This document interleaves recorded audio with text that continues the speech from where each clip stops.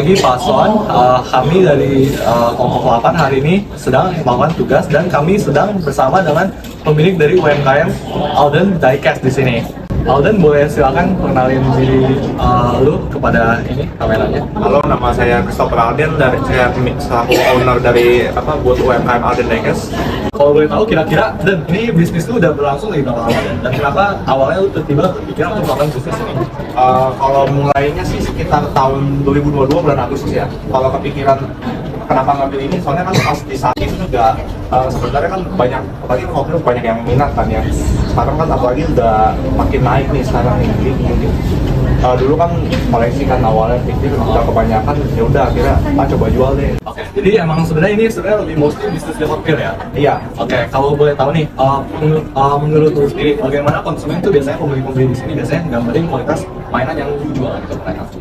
Kalau biasanya sih mungkin mereka kayak ngecek detail mobilnya gitu lebih bagus nggak gitu. Mungkin mereka banding kayak lebih oke mana gitu, yang merek Mini GT atau motor gitu dibandingin, mereka di pick mana gitu. Oke, thank you. Menurut lo, apa yang menurut konsumen itu menjadi kelebihan dari produk mainan ini dibandingin sama pesaing-pesaing lain? Soalnya pasti bisnis model nggak cuma doang kan? Kalau mungkin sih kalau dari saya sendiri sih paling kayak coba nyari barang-barang yang bisa dibilang cukup langka istilahnya, supaya kalau misalnya orang jual barang-barang yang kayak udah biasa gitu kan, orang masih mikir kayak udah biasa gini dapetnya gitu. Makanya saya coba hal baru gitu, kayak jual barang yang bisa dibilang kayak langka, supaya orang kayak mikir ini belum ini boleh dibeli. Oke, thank you. Dan menurut kalau boleh tahu, selama ini kan berarti udah 2 tahun ya? Iya. Tahun ketiga ya berarti ya? Iya. Ini selama ini kira-kira ada banyak keluhan gitu nggak? Kira-kira mungkin masukan atau keluhan gitu? Kalau dari keluhan sih mungkin kalau untuk sekarang sih kayak outlook agak turun, pasarnya marketnya tuh lagi turun, jadi agak kerasa sih kayak jualan tuh agak seperti tahun lalu. Oke. Tapi kalau keluhan dari konsumennya ada nggak? Kalau kan dari konsumen paling kayak pernah nemu yang kayak outlook yang biasanya cacat, yang waktu itu kalau nggak salah ada di bagian pak mobilnya tuh ada yang patah gitu. Oke, dan sekarang gue pengen nanyain tentang performa dari mereknya ini ya, merek UMKM ini ya. Nah, kalau boleh tahu, seberapa sering bisnis lo ini melakukan evaluasi terhadap penjualan sama performa dari UMKM ini? Kalau seberapa sering sih, kalau saya sendiri sih paling kayak habis jualan ini, habis itu langsung dievaluasi gitu, bikin juga data penjualannya kayak oke nggak nih datanya, nanti kalau buat kedepannya tuh kayak ada bisa bilang sejarahnya gitu, kayak pernah di sini dapat total pendapatan berapa gitu, jadi kedepannya bisa kira-kira lah bakal dapat berapa gitu. Terus kalau lo boleh tahu, apakah UMKM ini udah punya cara untuk melacak tren penjualan gitu loh, berdasarkan kayak musimnya gitu, jadi kayak season selling gitu maksudnya? Kalau saya pribadi sih paling sementara lihat kayak dari sosmed sih, kayak ada yang nge-trend, kayak contoh mobil A lagi nge-trend itu lagi naik daun banget, mungkin saya dapat infonya dari situ sih, sosmed. Oke. Oke, jadi kan sih ada banyak banget produk-produk mainannya ya. Nah, di antara produk-produk itu tuh yang paling laris itu yang mana ya? Kayak misalnya apa dan alasan dibalik popularitasnya itu? Kalau dari pengalaman saya jualan tuh sejauh ini yang paling laris tuh hotdog yang seri Fast and Furious gitu. Dia kenapa laris banget tuh, soalnya kan tahun lalu kan baru keluar film yang ke-10-nya kan ya. Jadi otomatis tuh mainan-mainannya tuh orang tiba-tiba pada nyari gitu, jadi harganya lumayan naik, dan juga tiba-tiba juga banyak yang bisa dibilang FOMO lah ya, tiba-tiba nyari kayak pengen punya ini, punya mobil ini gitu sih. Jadi untuk meningkatkan daya tarik merek, kira-kira apa langkah pertama yang kamu perlu lakukan gitu?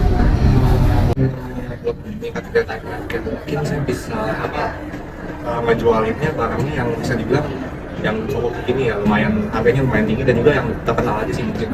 Kalau sekarang kan sementara barangnya banyak yang bisa dibilang sisaan ya, atau dia kurang bagus gitu. Mungkin kedepannya kalau saya nggak jual barang yang emang khusus buat kolektor-kolektor aja gitu. Terus kira-kira kamu pernah kayak nyoba strategi promosi tertentu nggak, kayak misalnya diskon atau kolaborasi atau kampanye media? Kalau dari saya sih waktu itu pernah paling promosi kayak dari upload di sosmed gitu, kayak bakal ada event di sini, kayak contoh di Taman Anggrek gitu. Lalu habis itu kalau dari promosi sih mungkin saya waktu itu pernah bikin promosi kayak satu item tuh 15.000 doang. Sama kalau misalnya kira-kira ada yang ingin disampaikan nggak ke para konsumen melalui branding produk mainannya? Kalau mungkin dari menurut saya sih value dari yang kita tawarkan ke customer, kalau dari cara mereka beli produk ini tuh kayak ini mereka bisa kayak masa lebih bahagia gitu, atau mereka ada kayak rasa kepuasan sendiri gitu, kayak ngumpulin bapak mobil tertentu gitu. Jadi kayak mereka tuh lebih kayak seneng, bisa dibilang seneng gitu. Kalau untuk mahasiswa kan kayak kita kan ada kali kayak ada tugas gitu kayak mungkin pusing kayak. Nah kita jual kopi itu biar agar kita kayak sedikit terhibur gitu, kayak nggak stress burnout gimana banget sih. Thank you Alden ya. Iya, terima kasih. Berikut ini merupakan usulan strategi merek atau branding baru untuk UMKM yang kita datangi yang berfokus pada mainan seperti Hot Wheels dan mainan lainnya. Yang pertama, ada fokus pada segmen pasar. Ada nih segmen pasarnya kolektor dewasa dan anak-anak. Untuk kolektor dewasa yang tertarik pada mainan Hot Wheels, untuk UMKM ini harus bisa memfokuskan branding yang juga dapat menarik perhatian kolektor dengan menonjolkan produk langka seperti edisi khusus atau koleksi vintage. Sedangkan yang untuk segmen pasarnya anak-anak, UMKM ini harus bisa memastikan branding mereka tetap ceria dan menyenangkan untuk anak-anak dengan menampilkan elemen balapan, kecepatan, dan imajinasi bermain. Dan yang kedua, ada pengembangan identitas merek. Nah, untuk pengembangan identitas merek di sini ada logo dinamis. Jadi UMKM ini bisa menggunakan elemen seperti mobil balap, truk atau roda dalam logo untuk bisa memperkuat asosiasi dengan mainan mobil. Yang terakhir ada kategori dan variasi produk. Ada paket bundling dan pelengkapan mainan. Untuk paket bundling sendiri, ini UMKM itu harus bisa menawarkan paket bundling seperti starter set, itu ada mobil dan truk sederhana, atau collector's edition. Jadi ada mobil-mobil eksklusif dalam satu paket. Terus juga ada pelengkap mainan. Misalnya ngejual aksesori pendukung seperti truk balap, terus garasi miniatur atau display case untuk koleksi. Oke, jadi strategi selanjutnya adalah aktivitas komunitas. Ada dua cara, yaitu dengan membentuk dua komunitas ini dan membuat jaringan supaya memperluas jangkauan pasar UMKM ini. Yang pertama adalah komunitas kolektor mobil atau kolektor mainan mobil, yang biasanya orang-orang hobi yang suka mengkoleksi mainan mobil dan memajangkan mobilan-mobilan mereka. Nah, kita bisa menyentuh pasar ini dengan membuat jaringan dengan mereka dengan lewat endorse atau hanya bahkan menanyakan input mereka sudah cukup. Selanjutnya adalah komunitas anak-anak yang secara general suka lah ya dengan mainan mobil, ya kita bisa melakukan workshop untuk anak-anak ini dengan membuka workshop desain mobil sendiri atau bahkan membuat track sendiri. Seperti contohnya Hot Wheels yang sering membuka workshop kecil mini di department store mall-mall. Selanjutnya adalah memperhatikan kemasan dan keamanan lebih detail. Seperti saya jelaskan tadi kan ada kedua komunitas ini ya. Jadi UMKM ini bisa memperhatikan dua komunitas ini lebih dalam dengan satu memberi opsi kemasan lebih eksklusif bagi kolektor-kolektor mobil. Contohnya seperti kemasan acrylic box yang akan mengamankan mobil-mobilan mereka dari debu dan mengurangi resiko mobil-mobilan ini akan rusak. Selanjutnya, bagi anak-anak, nanti kan pasti orang tua akan menanyakan sales kita, sales UMKM ini atau pemiliknya ya, kayak, ini aman gak sih buat anak saya main? Nah, kita bisa menghilangkan pemikiran ini dengan membuat label kemasan yang menyatakan bahwa produk ini aman untuk anak-anak mainkan dari umur sekian atau dari umur sekian. Lalu yang kelima ada strategi promosi. Strategi promosi yang bisa dipakai oleh Alden Diecast. Contohnya mereka bisa bikin kompetisi balap mini. Nah, balap mini Hot Wheels untuk anak-anak dan kolektor, baik secara offline maupun virtual. Jadi pemenangnya ini bisa dikasih hadiah seperti produk eksklusif atau voucher diskon. Strategi selanjutnya adalah kolaborasi dan partnering.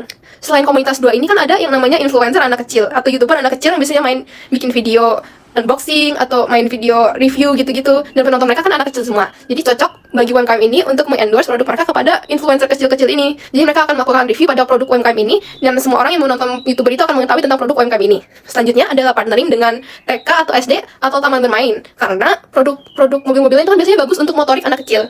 Nah, jadi kita bisa menawarkan SD atau sekolah-sekolahan ini produk kita, produk UMKM ini, dan nanti yang bersekolah di sana akan tahu tentang produk UMKM ini juga.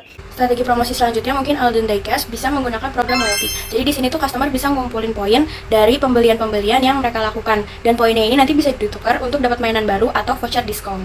Selanjutnya, Alden Diecast juga bisa menggunakan branding visual di toko online dan offline. Kalau di toko online, mereka bisa jual melalui web ataupun marketplace. Kalau di web itu, mereka mungkin bisa membuat web sendiri, tapi webnya ini tuh harus mudah diakses atau mudah dicari produknya untuk para pelanggan agar mereka tuh gampang kalau mau akses. Terus kalau misalkan di toko fisik, mereka bisa menggunakan tema-tema seperti track balap dan mengikuti seasons yang ada. Misalkan kalau misalnya sekarang mau Natal gitu, nah mereka tuh bisa bikin tema Natal di track-tracknya itu, dan mobilnya pun juga nyesuaiin. Strategi terakhir bagi UMKM ini adalah storytelling. Karena untuk UMKM, ceritanya masih sangat individu dan personal. Jadi gampang untuk UMKM ini berkoneksi dengan konsumen mereka dengan menceritakan origin dan maksud dari mereka atau maksud dari pemilik membuka UMKM ini.